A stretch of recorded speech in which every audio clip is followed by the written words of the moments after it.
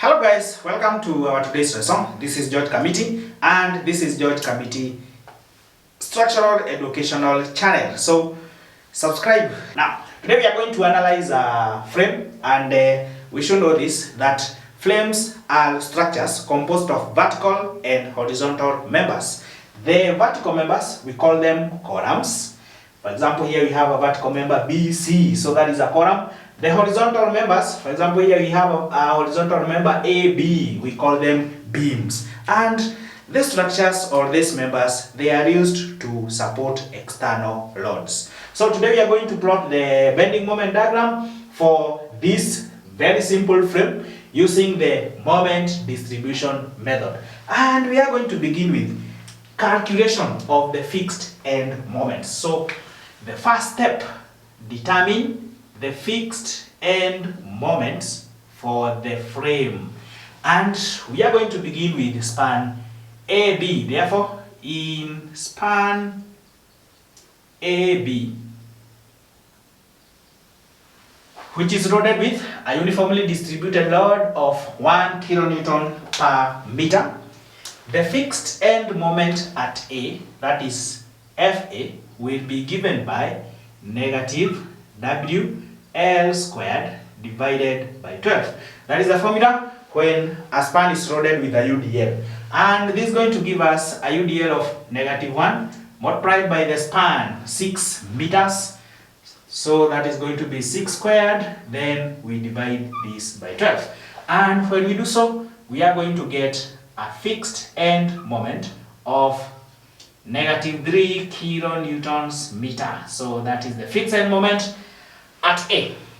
Then from there we go to fixed end moment at B. This is going to be given by positive WL squared divided by 12. In this case, the negative sign is used to denote an anticlockwise moment. So we got an anticlockwise moment at joint A. Then at joint B, we got a clockwise moment, which is denoted by a positive sign. Awesome. So this is going to be positive 1 times 6 squared, the span AB. Then we divide this by 12. And when we do so, we are going to get a fixed end moment of positive 3 kilonewtons meter. So we got that. Then from there we go to span BC. So for span BC, or in the span B to C, the fixed end moment at B, that is FB, as well as the fixed end moment at C are going to be equal, and they are going to be equal to 0 because that span is not loaded. Then after calculating the fixed end moments, the next thing will be determination of stiffness factors. So we go to stiffness factors, and we are going to begin with stiffness factors for members BA and BC. So stiffness factors for BA and BC. So that's what we are going to begin with. And we are going to begin with the stiffness factor for member BA. So that is KBA. Stiffness factor is usually denoted by letter K. And that stiffness factor will be given by this formula, 3EI divided by L. The reason being, the beam is hinged at A. So when a beam is hinged, that is the formula of calculating the stiffness factor. And this will be given by 3E multiplied by I. For span AB, we got 2I. So 3E multiplied by 2I. Then we divide by the span L, which is 6 meters. And I know if you are new to this topic, you are wondering what is this E and what is this I. E is what we call the modulus of elasticity. I is what we call the moment of inertia. When we multiply the two of them, we call it flexural rigidity. Very good. So we are going to have the stiffness factor for member BA being equal to EI. 3 will cancel with the 6, we got 2 here, 2 will cancel 2, so we are going to remain with EI. Then we go to stiffness factor for member BC, and this will also be given by 3EI divided by L, because the beam is also hinged at C. It is also hinged at C, and therefore we are going to have 3E. The value of I is just I, so 3EI divided by the span BC, which is 10 meters. So that will be our stiffness factor for member BC. Then we determine the summation of stiffness factors, and this will be given by EI plus 3EI over 10. That is the summation of the stiffness factors. And the summation of the stiffness factor will be given by 13EI divided by 10. Now, after getting the values of the stiffness factors, the next thing or the next step will be determination of the distribution factors. So we go to calculations of distribution factors, and in this case we are going to begin with distribution factors for members BA and BC. So distribution factors for BA and BC, and actually those are the only members that we got, so not to worry. Now we are going to begin with the distribution factor for member BA, and that will be given by stiffness factor for member BA divided by the summation of stiffness factors, which will be equal to EI, stiffness factor for member BA, divide this by summation of stiffness factors, which is 13 EI over 10. So we divide this by 13 EI over 10, and that is going to give us a distribution factor of 10 over 13. So that is it. Then from there we go to distribution factor for member BC, and that will be given by stiffness factor for member BC divided by the summation of stiffness factors, and this will be given by stiffness factor for member BC is 3EI over 10, so that is 3EI over 10. We divide this by summation of stiffness factors, 13EI over 10, so divide that by 13EI over 10. And when we do so, we are going to get a distribution factor of 3 over 13. So that is.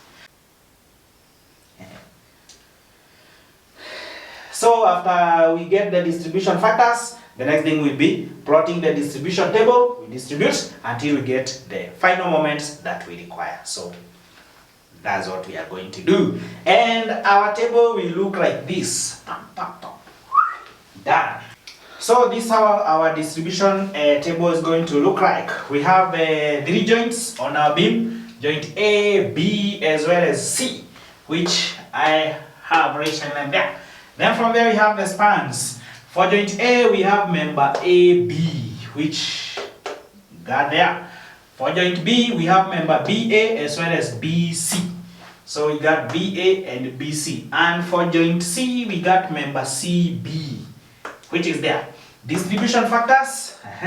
For member BA, we got it as 10 over 13. We write it below BA. For BC, we got 3 over 13. We write it below BC, 3 over 13. Then we have the fixed end moments. So the fixed end moments in span AB, fixed end moment at A is -3 kilonewtons meter.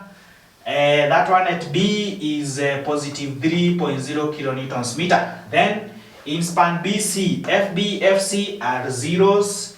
We have written them there. Then since joint A is hinged, what we do is that we release A to balance it. And we do that we release it by an equal and opposite moment. The fixed end moment at A is negative 3.0. So when we release it, we are going to release it with an equal and opposite moment of that of negative 3.0, which is positive 3.0, so that we can have a resultant of 0. That is the sum of anti-clockwise moments plus those of the clockwise moments. They should be 0. So after releasing A, the next step will be carrying over, and we are going to carry half of 3.0 kilonewtons from joint A. We carry it to joint B. And remember, the carryover factor is usually a half. So we are going to carry half of 3.0 from joint A to joint B. So at joint B, we are going to carry over a moment of positive 1.5. Then from there, we are now going to have the initial moments. And for us to get the initial moments, we are going to add, for example, fixed end moment with what we have released. That's going to be 0. Then fixed end moment on joint B, we add with what we have carried over. That is 3 plus 1.5, that is 4.5. Then here we got 0 and the other part 0. Then after writing the initial moments, we are going to distribute. And when we are distributing, we usually change signs, yeah, so that we get the excess moment. So where we are distributing is at joint B. So at joint B, we have an excess moment of negative 4.5. So change this positive sign to negative. So that will be the excess moment. So that negative 4.5, we are going to distribute it on each member using the distribution factors. So at member BA, we are going to have negative 4.5 times 10 over 13, which is negative 3.45. Then on member BC, we are going to distribute it like this. Negative 4.5 times the distribution factor for member BC, which is 3 over 13. That's going to give us negative 1.04. Then there is nothing else we can do. The last thing we are going to have are the final moments. And for us to get the final moments, we are going to add the initial moments with the moments we have distributed. And for member AB on joint A, we are going to have a 0. For joint B, on member BA, we are going to have 4.5 minus 3.45, which is 1.04. For member BC on joint B, we are going to have 0 minus 1.04, which is negative 1.04, and then the other part is 0. So we can see that the joint B is now balanced, as well as the joint A. So after that, we are now going to calculate the bending moments due to vertical loads, and the only load we have is the UDL between span A and B. So for span AB, the maximum bending moment will be given by WL squared divided by 8. And this is going to be W is 1 kilonewtons per meter. L is the span 6 meters, therefore 6 squared, and then we divide that by 8. And when we do so, we are going to get a maximum bending moment of 4.5 kilonewton meter. So after that, we are now going to plot our bending moment diagram. On span BC, we don't have any load, so we are not going to calculate its bending moment. Its bending moment is 0. Now, let's start with the bending moment due to vertical loads. That is 4.5 kilonewtons meter. Let me approximate it to be at that point. So that's going to be a smooth curve. So we are going to have a smooth curve since that span AB is loaded with a uniformly distributed rod. So we got a maximum bending moment of 4.5 kilonewtons meter.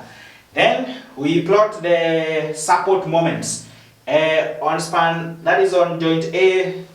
The support moment is 0. At joint B, the support moment is 1.04. So 1.04, say about that point. So we got 1.04.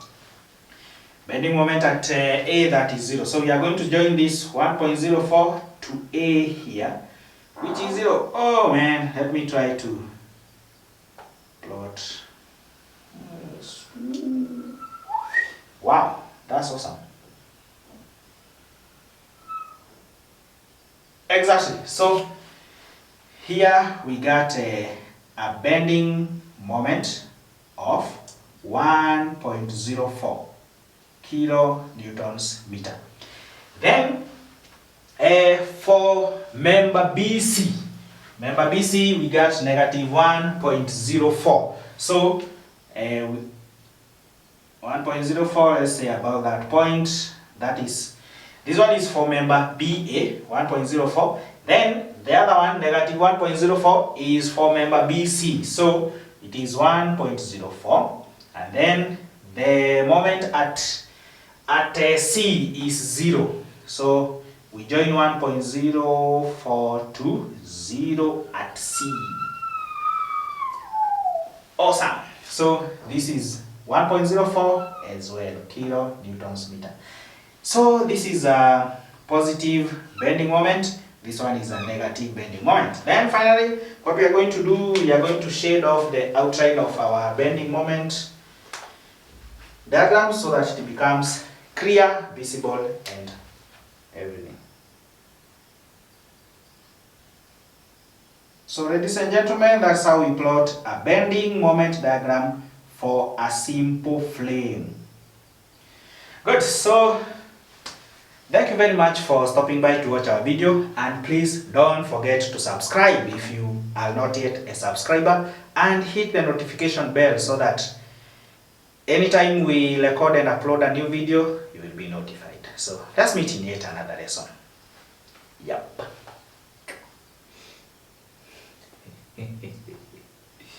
Maisha noma Maisha no maya, tuvie tugakene. Maisha no maya.